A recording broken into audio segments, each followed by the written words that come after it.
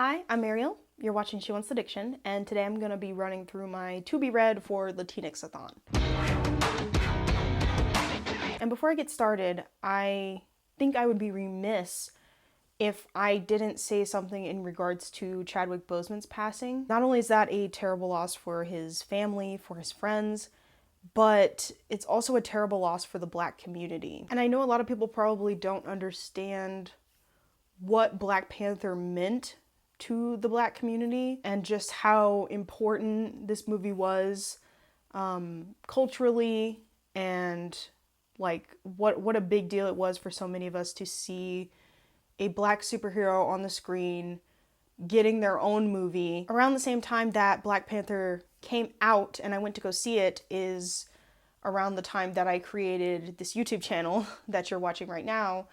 And so to me, the two are kind of interrelated. And I think Black Panther really meant a lot to a lot of us. And that was symbolic, you know, of all that we could achieve. And Wakanda was symbolic of, you know, an Afrofuturist dream, right? And a future for us where, you know, we were doing well and we were thriving and we had all this technology and our own nation and things like that. So Black Panther at its core, I think, was an Afrofuturist utopia and something that was aspirational and inspiring for so many of us. And because of Chadwick Boseman's portrayal of the Black Panther, he too is wrapped up in that. Like, the Black Panther was a symbol for us, and he too was symbolic of, you know, Black hopes and Black aspirations. And so if you're wondering why so many Black people right now on social media are having this outpouring of just love for him and sadness, that's part of the reason why. And I will leave the blog post that I wrote in 2018 where I talked about why I thought Black Panther was just so darn important, just so important and so iconic and just a once in a lifetime experience. Like, I don't go to the movie theater to see a whole lot of films, but I made it a point to go and see Black Panther. Like, I literally probably see like maybe one movie a year. So yeah, before I did anything else, I just wanted to address that because that's been very heavy on my heart in the past few days. So with that said, let's get into the books for Latinxathon. Now, I did participate last year and I posted a TBR, and I actually did get to almost all of the books on my TBR except for one, but I am terrible at follow through, so I never actually posted a wrap up. So I kind of feel like I only really like half did it, if that makes any sense. And I love participating in this because it's a readathon created by a lot of people that were like my OG, like my first supporters of like my channel. And so to see that they've created a readathon and know that I can like support that and participate in that and is just great. Last year, I really feel like I got a lot out of participating. I was able to read some of Sandra Cisneros' poetry for the first time. I finally read Aristotle and Dante Discover the Universe, I think it is. And that had been on my TBR for like ages. And I also got to read The Brief Wondrous Life of Oscar Wilde by Junot Díaz. And I had already read This Is How You Lose Her, his short stories, and enjoyed those. So that was great. And I feel like I also just realized that the common thread that I kind of saw throughout a lot of the books was that family and food are very much important to a lot of Latinx peoples, and like their culture, right, is very familial, and it's very, I feel like food and gathering around food is very important as well, and passing down recipes and things like that. And I really got just such a sense of culture from reading a lot of these books that kind of made me realize that, like, compared to, you know, their culture, I feel like I don't really have a culture, if that makes sense. Because I guess the emphasis on in my culture isn't really on like food and family, I guess you could say. Like I don't know how to explain it. So anyway, those are kind of what I came away with from last year, but let's go ahead and get into what I want to read for this year. And this is definitely not me declaring that I'm going to be able to read all these books, because it would be impossible for me to read all these books. But also I break the rules and I tend to read beyond the dates that the readathon is confined to. So, and I'm also a big mood reader. So really, whatever of these I get to, I will be glad to get to.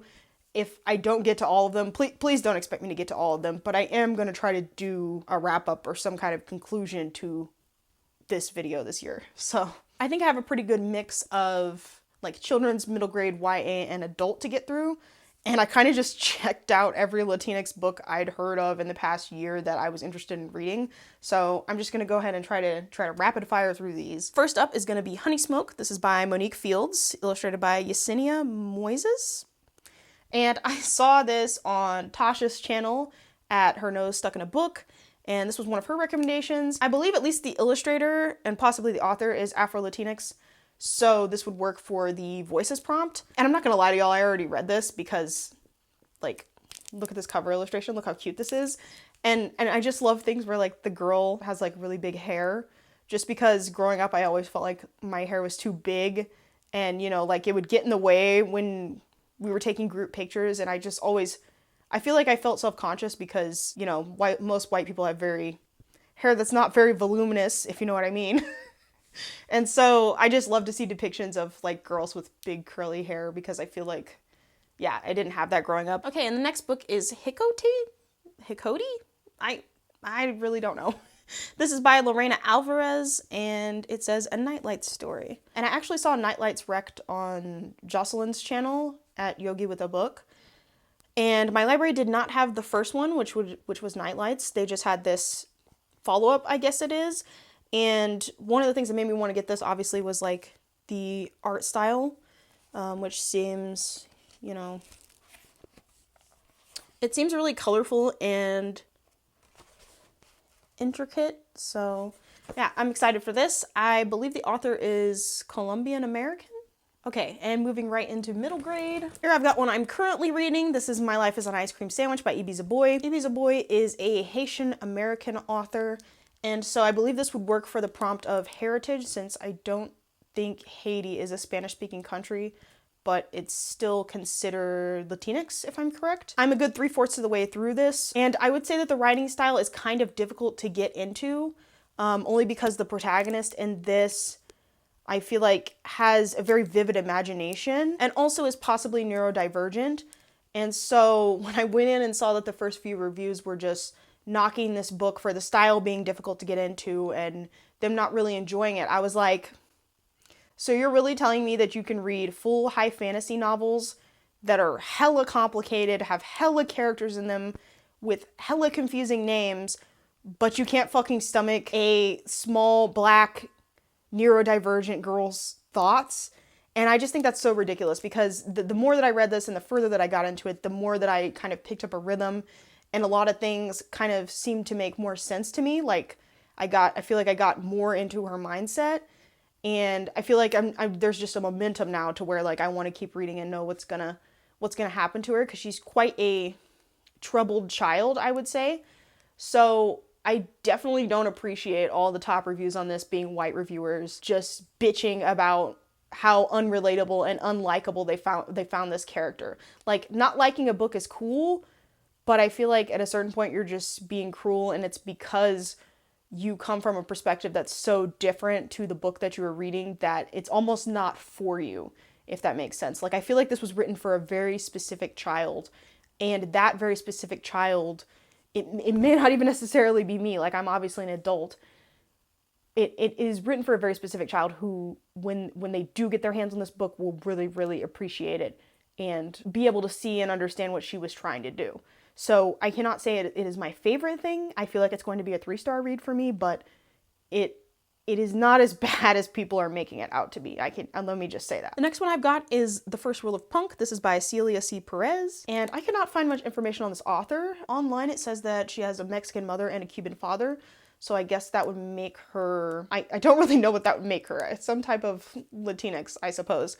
And so I saw this recommended on Priscilla at Bookie Charms channel.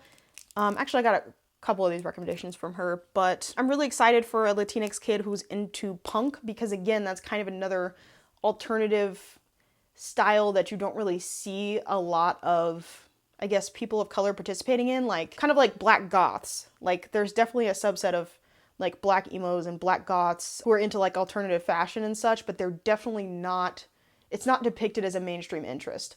And like there's a lot of like black otakus and stuff like that too. So I feel like this is like sort of like the Latinx equivalent. So that's why I'm interested to read this. Okay, on to the YA. First I've got By Any Means Necessary by Candice Montgomery. And this was the group book read, and I believe this fulfills multiple prompts. I know that this author is non-binary and black, so I think it would work for Voices and Latinidad. I know this has something to do with bees or beekeeping or something. That's really all I know about it. Then I've also got Juliet Takes a Breath by Gabby Rivera, and this is one of the books that I wanted to read for my Queer All Year project. If you don't know what that is, I will link it up in the cards. This would also work for Latinidad because this author is Puerto Rican. I have read the first couple of pages on this, I think, like on my Kindle. I don't know, I feel like I kind of lost interest in it, but I also didn't really try to sustain my interest in it. So I'm gonna try to actually pick this up and persist with it. The other YA book I wanted to read was With the Fire on High by Elizabeth Acevedo. Obviously this book doesn't need much explanation. It's very popular in the book community. This author is very popular as well. She is Afro-Dominican, so this book would work for the prompt of Voices. And the thing is, I got halfway through this book because I borrowed an audio version from my library, and then it cut off in the middle of me listening to it, like it returned to the library. And when it returned to the library, they then, for some reason, lost the rights to it. And so I was not able to check it out again. And so I just never finished it.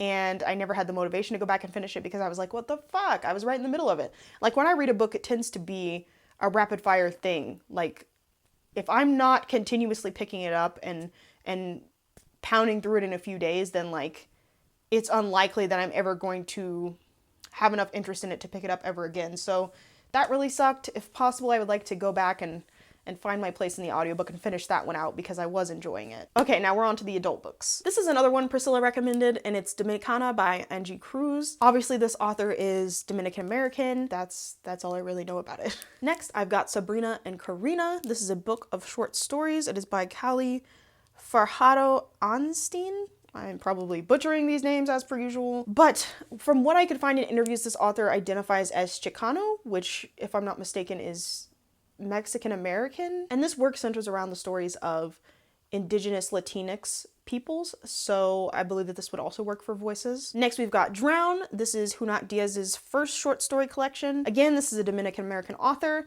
and usually there's quite a bit of like Spanish or perhaps Spanglish mixed into his books.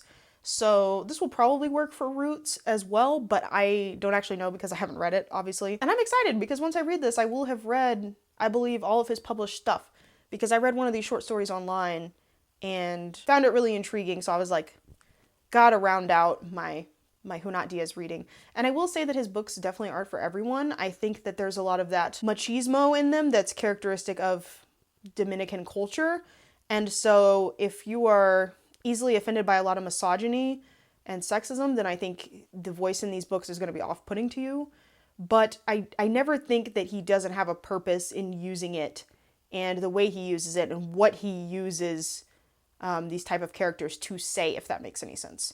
So ultimately, I'm okay with it because I feel like there's a point to it. Next, I've got 100 Years of Solitude by Gabriel Garcia Marquez, and this was on my TBR last year, but I don't think I ever got to it. I did like start the first few pages, but this is a classic of Colombian literature, and I believe has magical realism, and I believe this would work for Roots because it is translated from the original Spanish into English. The other book I was wanting to read was Carmen Machado's book of short stories. It's called Her Body and Other Parties. I have mentioned before that I read the first couple of stories in this on ebook like a year ago, but then I got kind of distracted, so I would love to go and finish out those short stories. Since I enjoyed her memoir In the Dream House so much, like a lot of people have been reading that this year, and I think it's deserving of all the praise that it's gotten. It is dark and disturbing, but again, I feel like it's one of those things where for a certain person, it will work really, really well. Like if it works for you, it really, really works for you and you'll love it. But if it doesn't, then you'll probably really dislike it. I personally love all things dark and disturbing, so I really, really like her writing. It has this very like seductive and just unforgettable quality to it. I read her story, The Husband Stitch, and I feel like not only is it one of the best short stories I've ever read, but it's one of the scariest, and it's one that has never really left my mind. So yeah, I would like to go back and finish her short stories. Yeah, so that is all of the books that I am considering for Latinxathon. I just figured I would kind of offer up like a huge selection of books that I'm considering reading, which, as I said, doesn't mean I will get to all of these, but I guess in case you are looking for recommendations, there is a wide age range, I feel like. I hope you guys are participating. I hope that you are doing well, because I know, especially for members of the Black community right now, that things are just really, really hard. And so I hope that you're having the best possible day that you can. Thank you so much for watching, and I will see you guys in my next video. Peace.